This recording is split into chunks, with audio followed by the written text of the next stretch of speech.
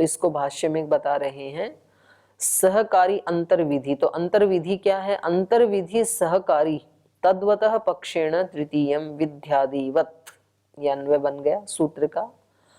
अंतर्विधि, अंतर्विधि का मतलब है आश्रमांतर विधि, जो बाकी के 3 आश्रमों की जो विधियां हैं उनमें से कोई भी विधि ये ले सकता है। ब्रह्मचर्य, गृहस्थ, वानप्रस्थ आश्रमाणाम विधि ही यह सहकारी, उन विधियों में से सारी की सारी नहीं, यह सहकारी जो इसके कार्य में सहायक है।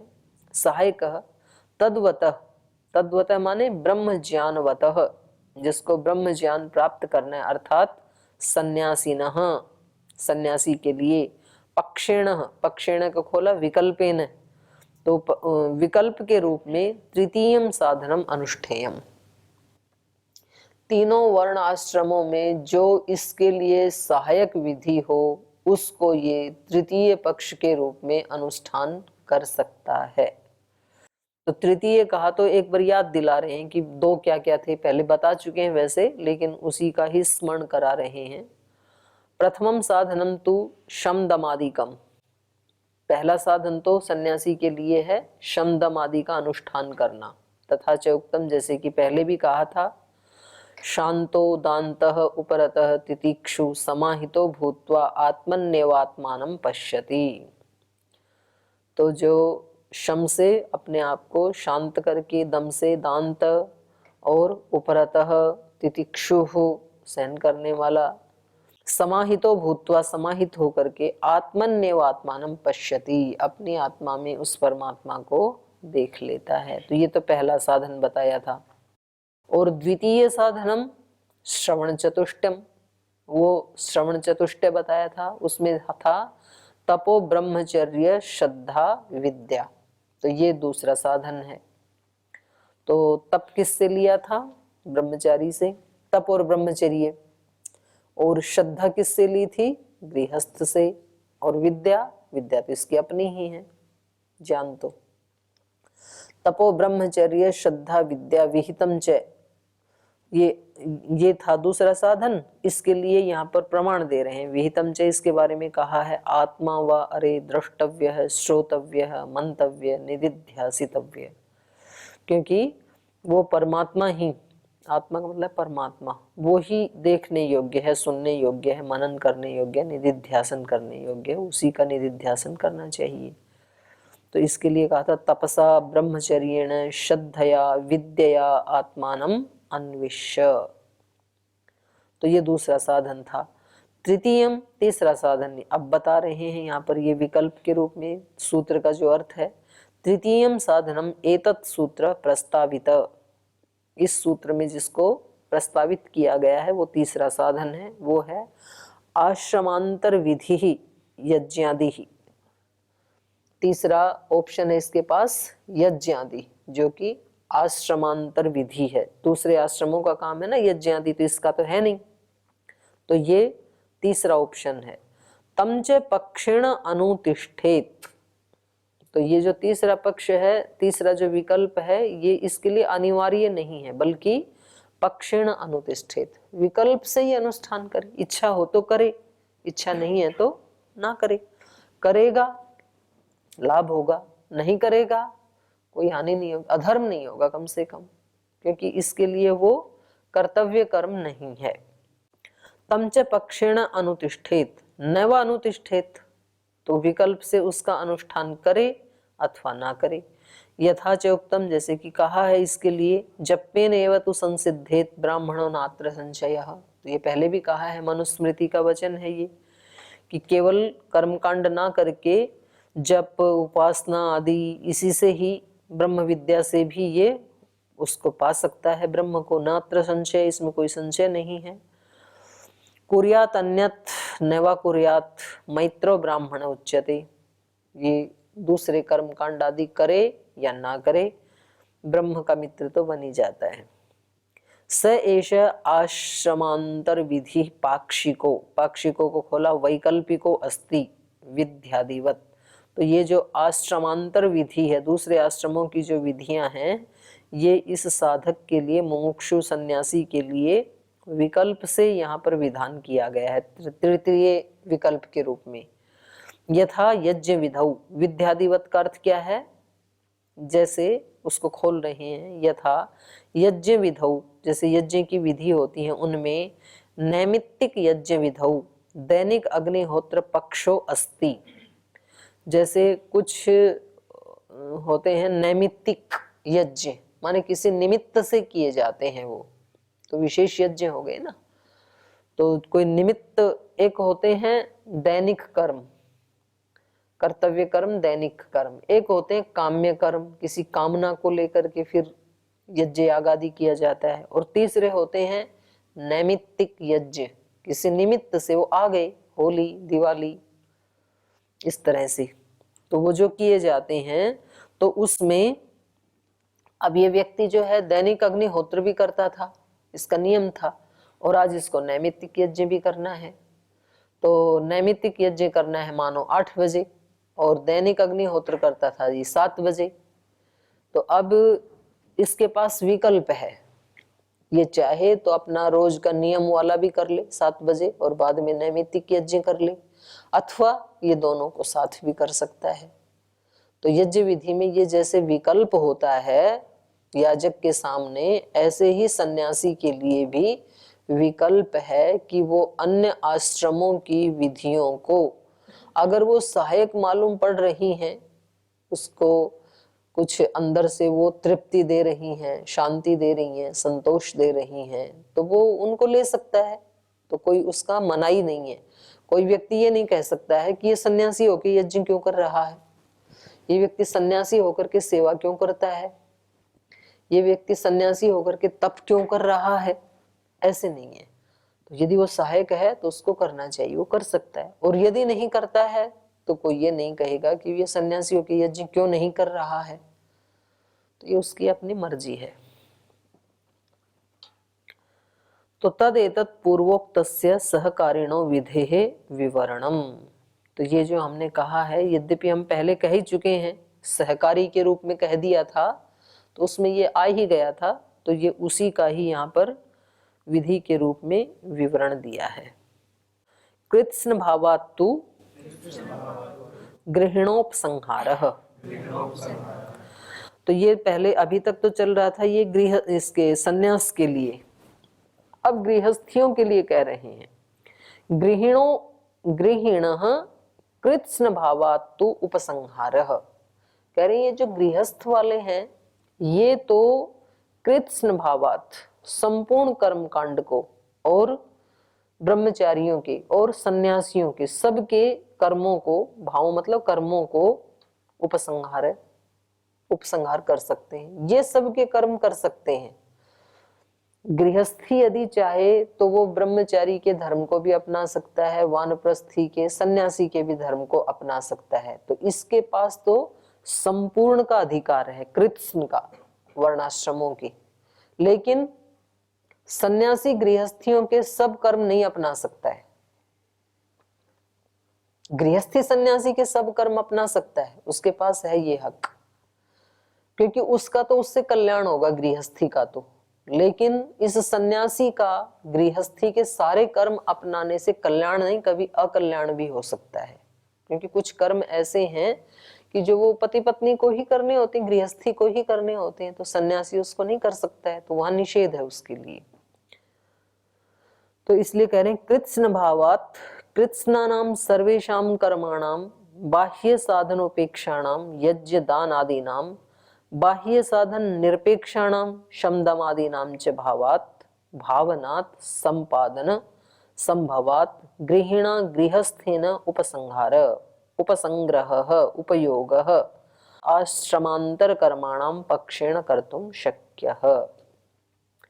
कृत्स्न भावात को खोला, कृत्स्नानाम सर्वेषां कर्मणाम माने संपूर्णता से सब कर्मों को, सब कर्म कौन से, बाह्य साधनापेक्षाणाम जिसमें बाह्य साधनों की अपेक्षा होती है उन कर्मों को, वो कर्म कौन से हैं, यज्ञ दान आदि नाम। तो इनको भी गृहस्थ कर सकता, करता ही है, ये तो है ही उसके अपने, जिनमें बाह्य साधनों की अपेक्षा होती है। और बाह्य साधन निरपेक्षाणाम जिनमें बाह्य साधनों की अपेक्षा नहीं होती है, वो कौन से कर्म है? शम दम आदि नाम। तो उसमें किसी की अपेक्षा, वो भी कर सकते हैं ये गृहस्थ। शम दम आदि नाम च भावात, भावात को खोला भावनात्, संपादन संभवात, क्योंकि इनका भी संपादन करना संभव होने से, गृहिणा इस गृहस्थी के द्वारा, गृहस्थेन गृहस्थ के द्वारा, उपसंहार, उपसंहार को ही कहा उपसंग्रह, उपसंग्रह को कहा उपयोग, ये उनका भी उपयोग कर सकता है। आश्रमांतर कर्मणाम, जो दूसरे आश्रमों के कर्म हैं, ब्रह्मचारी, वानप्रस्थी और सन्यासी, उनके कर्मों को पक्षेण कर्तुम शक्य, विकल्प से कर सकता है ये सारे, इसके पास विकल्प है, ये चारों के वर्णाश्रमों के कर्मों को कर सकता है यदि करना चाहे तो। गृहस्थ आश्रमांतर सर्व कर्मानुष्ठाने नास्ति प्रतिबंधः, गृहस्थ के लिए, गृहस्थाय आश्रमांतर सर्व कर्म अनुष्ठाने, जो दूसरे आश्रमों के कर्मों का जो अनुष्ठान है उसमें प्रतिबंध नास्ति, कोई प्रतिबंध नहीं है कि ये नहीं कर सकता है, किंतु अविरोध, उसके लिए प्रतिबंध नहीं है बल्कि अविरोध ही है, अविरोध खलु, कोई विरोध नहीं है, वो चाहे तो कर सकता है। क्यों कर सकता है? तेषाम कर्मणाम कल्याणकरत्वात्, क्योंकि वो कर्म उसके लिए तो कल्याणकारी ही है, वो तप करेगा या शमदम आदि का पालन करेगा या वो सन्यासी की तरह निर्लिप्त रहेगा, तो ये सब तो उसके लिए तो कल्याण करने वाले हैं। लेकिन सन्यासी के सब, गृहस्थ के सब कर्म दूसरे आश्रम वालों के लिए कल्याण करने वाले नहीं हैं, तो इसलिए उनको तो वहां पर ये विशेषण लगाना पड़ा कि जो सहकारी हैं, जो सहायक हैं, उनका ही केवल वो चयन कर सकता है, लेकिन इसके लिए तो सारे ही कल्याणकारी हैं। उक्तम च गृहस्थेन अन्य आश्रम कर्म अनुष्ठातव्यम, तो ऐसे कहा भी है कि गृहस्थ को सभी आश्रमों के कर्मों का अनुष्ठान वो कर सकता है, करना चाहिए। तद्यथा, जैसे गृहस्थ सपत्नीकः पंचाग्निभिः त्रेताग्निभिर्वा वने यास्यति, तो ये वैखानस धर्म प्रश्न सूत्र है, ये शास्त्र ऐसा है, इसमें वानप्रस्थियों के धर्मों को बताया गया है। तो ये इस यहाँ कह रहे हैं कि यदि गृहस्थी चाहे तो गृहस्थ सपत्नी का, पत्नी सहित पंचाग्नि भी, या तो पंचाग्नि को साथ लेकर के जाए, या तो त्रेताग्नि भी, या 3 अग्नियों को साथ लेकर के वने यास्यति, वन में जाकर रह सकता है वो। तो कभी कभी कुछ गृहस्थी ऐसे कर लेते हैं ना, पति पत्नी यदि दोनों का आपस में सहमति है, एक ही जैसी रुचि वाले हैं, तो वो बोले अब बच्चे बड़े हो गए, और या तो कभी बच्चों को भी ले जा सकते हैं, लेकिन वो अपने कर्म को नहीं छोड़ेंगे, जो उनका रोज का कर्मकांड है, अग्निहोत्र आदि है, तो अपनी अग्नियों को साथ लेकर के जाएंगे।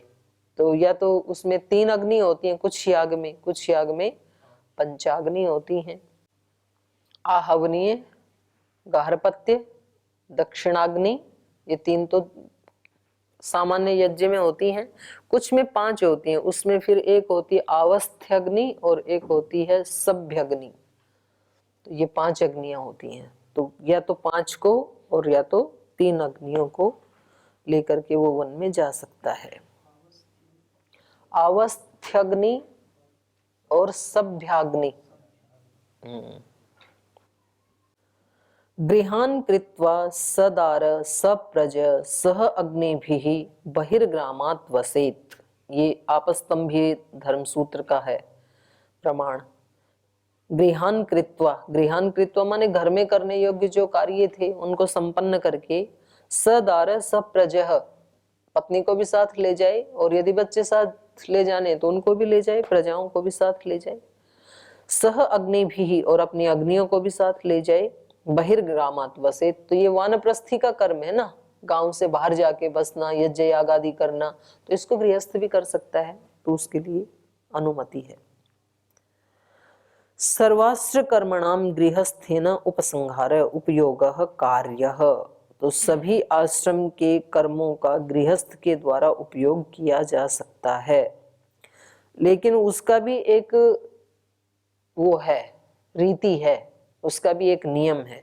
स कथम रीत्या इति अत्र उच्यते, तो किस रीति से करे वो, ऐसे नहीं कि मनमाने ढंग से करे, ऐसे नहीं। तो उसके लिए भी ये कह रहे हैं मौनवत इतरेषाम अपि उपदेशात। मौनवत, मौन होकर के करे वो, मौनवत इतरेषाम अपि, दूसरे वर्णाश्रम जो धर्म हैं उनके कर्मों को भी, उनके कर्म अनुष्ठानों को भी वो कर सकता है, लेकिन मौन होकर के करे, उसका शोरगुल ना मचाए। मौनवत इतरेषाम अपि उपदेशात, तो ऐसा उपदेश होने से। गृहस्थेन इतरेषाम अन्येषाम आश्रम कर्मणाम अनुष्ठानम मौनवत कार्यम, चुपचाप कर लेना चाहिए दूसरों के कार्यों को। अब शमदम आदि के लिए क्या ऐसे शोर मचाना है कि भाई हम तो शमदम आदि का आजकल अनुष्ठान कर रहे हैं, तो ऐसे नहीं कहना चाहिए, बस चुपचाप उनको करते रहें। और वैसे भी जैसे मान लो ये सब अग्नियों को लेकर के और गांव के बाहर जाके कहीं रह रहे हैं, और क्यों जाके रह रहे हैं, इनकी इच्छा है कि भाई अब बस वानप्रस्थियों की तरह से रहें, तो वानप्रस्थियों के धर्म का अनुष्ठान कर रहे हैं, तो कह रहे हैं उसमें शोर ना मचाएं फिर, क्योंकि श्रेयांसी बहुविघ्नानि, जो श्रेष्ठ कर्म होते हैं उनमें बहुत विघ्न आते हैं ना, तो ये एक सामान्य कहावत है। तो जब भी कोई व्यक्ति कोई श्रेष्ठ काम करे तो अपने चुपचाप करता रहे, उसका शोर ना मचाए, नहीं तो उसमें दूसरे लोग विघ्न डाल देते हैं। बोले अच्छा क्या आपको ही ज्यादा ये काम करने का शौक है, हमें भी शौक है, तो हम भी करना चाहते हैं। तो वो कहेगा भाई आप भी कर लो, बोले हम भी करेंगे तो ये सब चलाएगा कौन, तो हम जब सेवा में लगे हैं तो आप भी लगो, आप मत करो, ऐसे दूसरे व्यक्ति कह देंगे। तो इसलिए उसको चुपचाप कर लेनी चाहिए जो उसकी रुचि है उसके अनुसार। तो ऐसे गृहस्थियों में भी होता है ना, तो फिर बहुत सारे लोग इकट्ठे हो जाएंगे, भाई ये कौन सा है, इससे अच्छा तो फिर तुम लोग सन्यास ले लो, इससे अच्छा तो वानप्रस्थ की दीक्षा ले लो, ये कौन सा तरीका हुआ, ये तो सामाजिक व्यवस्थाओं का अपमान है। ऐसे कुछ ना कुछ तो वो लोग करेंगे जो खुद वैसा आचरण नहीं करना चाहते हैं। तो इसलिए इनके लिए कहा कि भाई तुम्हें दूसरे वर्णाश्रमों के धर्मों को अपनी उन्नति के लिए यदि अपनाना है तो तुम क्या करो, मौनवत कार्यम, मौनेन कार्यम, मौन होकर के करना चाहिए। उपदेशात तथैव ही उपदेशः। गूढ़ धर्माश्रितो विद्वान ज्ञात चरितम चरित, ये नारद परिव्राजक का वचन है। गूढ़ धर्माश्रितः, गूढ़ धर्म माने जो अपना वर्णाश्रम धर्म नहीं है, छिपा हुआ है। गूढ़ माने रहस्यात्मक, छिपा हुआ जो धर्म है, अप्रकट है जो। तो अपना तो गृहस्थ के लिए प्रकट ही है अपना धर्म, तो अप्रकट कौन से हैं, बाकी के तीन। तो इसके लिए कहा गूढ़ धर्म आश्रितो विद्वान, जो बुद्धिमान व्यक्ति है, विद्वान व्यक्ति है, ये जो है ना पूरा नहीं आएगा। धर्माश्रितो विद्वान अज्ञात चरितम चरित, अकार जुड़ा हुआ है यहाँ नए में। अज्ञात चरितम माने जो जिसका, जो इसके लिए अज्ञात है, अर्थात संन्यास धर्म का या वानप्रस्थ आदि का, तो उसको छिप करके मौन होकर के करे। अब ये इन्होंने इसका सूत्र का अर्थ पूरा कर दिया। अब यहाँ पर इस सूत्र का भाष्य जो शंकराचार्य जी ने किया है उसका ये थोड़ा टिप्पणी कर रहे हैं। शांकर भाष्य सूत्रम इदम अन्यथा व्याख्यातम, तत्र भाष्ये वहां पर क्या कहा, मौनवत, अत्रत्य मौन शब्देन संन्यासो गृहीतः। यहाँ पर उन्होंने क्या कहा, मौनवत माने सन्यासी के समान, सन्यासी के समान, इतरेषाम अपि उपदेशात, ऐसे अर्थ किया उन्होंने। तो ये कह रहे हैं अत्रत्य मौन शब्देन संन्यासो गृहीत यथा मौनम गार्हस्थ्यम च एतावत् आश्रमो श्रुतिमन्तौ एव इतरौ अपि वानप्रस्थ गुरुकुल वासौ। तो कह रहे हैं ऐसे कहा कि मौन का अर्थ है संन्यास, मौनम संन्यासम, गार्हस्थ्यम जो गृहस्थ आश्रम में रहने वाला है, च एतावत् आश्रमो, अब यहाँ पर द्विवचन दे दिया। एतावत आश्रमौ श्रुतिमन्तौ, जो श्रुति से सुना है इन दो आश्रमों के जो कर्म हैं उनको, इतरौ अपि, इतरौ अपि माने इस गृहस्थ को, वानप्रस्थ गुरुकुलवासौ, क्योंकि मौनवत का अर्थ कर दिया सन्यास, गृहस्थी ये खुद ही है, तो बच गए कौन से, वानप्रस्थ और गुरुकुलवासौ, तो इन दो का ही तो ग्रहण होगा ना। तो अब ये कह रहे हैं कि यदि ही अत्र मौन शब्देन संन्यासो गृह्यते, यदि यहाँ मौन शब्द से संन्यास का ग्रहण करते हैं, तर्हि कृत्स्न भावात् तु गृहिणोपसंहार, ये जो ऊपर वाला सूत्र था, इति पूर्व सूत्रस्य अनर्थक्यम प्रसज्जेत, तो ऊपर वाला सूत्र निरर्थक हो जाएगा। क्यों? ऊपर वाले सूत्र में क्या कहा है भाई, गृहस्थी बाकी 3 वर्ण आश्रमों के धर्मों का पालन भी कर सकता है, और ये सूत्र इनके अनुसार क्या कह रहा है, सन्यासी और जो दूसरे, तो कुल मिला के तो 3 ही हुए ना। मौनवत का अर्थ इन्होंने कर दिया सन्यास, और बाकी इतर से इन्होंने लिया 2, और गृहस्थी वो खुद है ही, तो ऊपर वाली बात इसमें सिमट गई थी ना, तो ऊपर वाला सूत्र बनाने की क्या जरूरत थी। तो कह रहे हैं इति पूर्व सूत्रस्य अनर्थक्यम प्रसज्जेत यत मौनवत इतरेषाम अपि उपदेशात्, ऐसा जो सूत्र है, इति सूत्रे गृहिणो, गृहिण माने गृहस्थस्य अपि समावेशात्, क्योंकि इतरेषाम कहने से गृहस्थ का भी समावेश हो ही गया। इतरेषाम बहुवचन प्रयोगात्, तो मौनवत का अर्थ संन्यास कर दिया, और इतरेषाम से फिर तीनों आ जाएंगे, तो क्योंकि ये बहुवचन है, तो ये दोष तद्दोष प्रसंग अपनयनाय तत्र भाष्य, ये शंकराचार्य जी के भी नॉलेज में आ गया था कि भाई ये तो दोष हो जाएगा, यदि हम मौनवत शब्द का अर्थ संन्यास करेंगे तो इतरेषाम से फिर बाकी के 3 आ जाएंगे, तो फिर पहले वाला सूत्र अनर्थ होने लगेगा। तो कह रहे हैं यहाँ इन्होंने इतरेषाम इति द्वयोः आश्रमयोः बहुवचनम, तो ये उनको समाधान देना पड़ा कि भाई यहाँ इतरेषाम जो है ये बहुवचनांत है यद्यपि, लेकिन ये 2 आश्रमों के लिए प्रयुक्त हुआ है, तो ज्यादा जोड़ तोड़ करना पड़ा ना इनको। तो कह रहे हैं बहुवचने द्विवचनम कल्पितम, बहुवचन में द्विवचन की कल्पना की उन्होंने, तो ये निरर्थक है। तत्तु सूत्र रचना शैल्या अयुक्तम एव, तो इस तरह से तोड़ मरोड़ करना ये सूत्र रचना की शैली से युक्त नहीं है। कथम मौनवत इति जिज्ञासायाम उच्यते, तो अब ये जो इन्होंने अर्थ किया था कि भाई मौन होकर के अनुष्ठान कर ले ये गृहस्थ, यदि इसको कुछ दूसरे आश्रमों के कर्मों का अनुष्ठान करना है, तो कथम कैसे मौनवत, उस जिज्ञासा का उत्तर अगले सूत्र में दिया है। अनाविष्कुर्वन् अन्वयात्, अनाविष्कुर्वन् एक होता है आविष्कुर्वन्, आविष्कुर्वन् का उल्टा हो गया अनाविष्कुर्वन्, आविष्कार करना माने प्रकट करना, और अनाविष्कुर्वन् मतलब प्रकट न करता हुआ, माने अन्य आश्रमों के जो चिन्ह आदि हैं उनको अनाविष्कुर्वन् प्रकट न करता हुआ, अन्वयात वैसा आचरण करे, किसी को दिखाई नहीं कि भाई हम तो सन्यासी की तरह रह रहे हैं आजकल, भाई हम तो वानप्रस्थियों की तरह से रह रहे हैं, ऐसे नहीं दिखाई किसी को। अनाविष्कुर्वन् आत्मानं न प्रकटयन्, अनाविष्कुर्वन् का अर्थ किया इन्होंने अपने आप को प्रकट न करते हुए।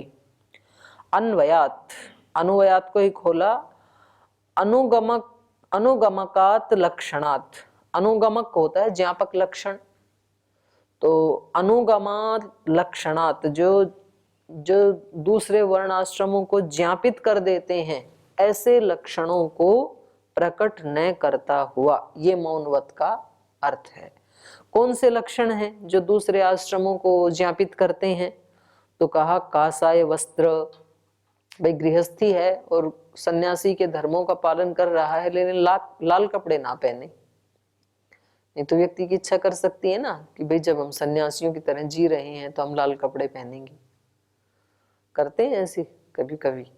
अभी मेरी जयपुर में जो मीटिंग थी राजस्थान में, तो वहाँ एक महिला को वो लेके आए हमारे संगठन वाली बहनें, तो बोल जी ये बहन ने ना बहुत सहयोग किया है, ये एक कोई अब इन्होंने अपना बहनों का संगठन बना रखा है, तो उसने लाल कपड़े पहन रखे। तो मैंने कहा ये कोई सन्यासी नहीं है क्या, क्योंकि उन्होंने कपड़े भी लाल पहन रखे थे लेकिन कुछ लक्षण गृहस्थी के भी थे। उसने मांग में सिंदूर लगा रखा था, कुछ आभूषण वैसे पहन रखे थे जो गृहस्थी पहनते हैं। तो मैंने कहा ये सन्यासी हैं या क्या है? बोले ना जी हैं तो गृहस्थी, पति भी हैं, बच्चे भी हैं, लेकिन कपड़े यही पहनती हैं।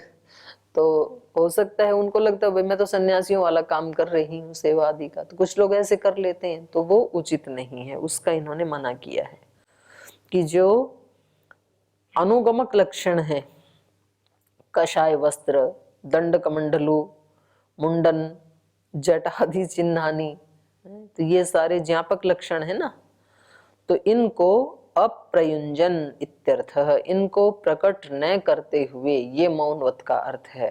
तस्माद् अलिंगो धर्मज्ञो ब्रह्मवृत्तम अनुव्रतम, ये नारद परिव्राजक में लिखा है। तस्मात् अलिंगो धर्मज्ञो, वहां पर अन्य किसी प्रसंग कोई चल रहा होगा कि भाई धर्म के लिंग क्या है, धर्म कैसे पता लगे कि ये व्यक्ति धार्मिक है, तो वहां पर कहा है अलिंगो धर्मज्ञ। धर्म का जो ज्ञान है, धर्म को जानने वाला है, उसका कोई लिंग नहीं होता है, उसका कोई लक्षण नहीं होता है कि भाई लाल कपड़े पहनने वाला धार्मिक है या सफेद वाला, ऐसा नहीं है। तस्माद् अलिंगो धर्मज्ञ ब्रह्मवृत्तम अनुव्रतम, ब्रह्म प्राप्ति के लिए जो अनुव्रत है, लगा हुआ है, उस व्यक्ति की पहचान कोई बाहर के चिन्हों से नहीं हो सकती है। माने ये धर्म के लक्षण नहीं है। कासाई वस्त्र, दंड, कमंडलू, मुंडन, जटा, ये सब धर्म के लक्षण नहीं है। ये तो एक व्यवस्था बनाई हुई है समाज में कि भाई इस वर्ण आश्रम वाले ऐसे रहेंगे, इस वाले ऐसे रहेंगे। धार्मिक तो कोई भी हो सकता है।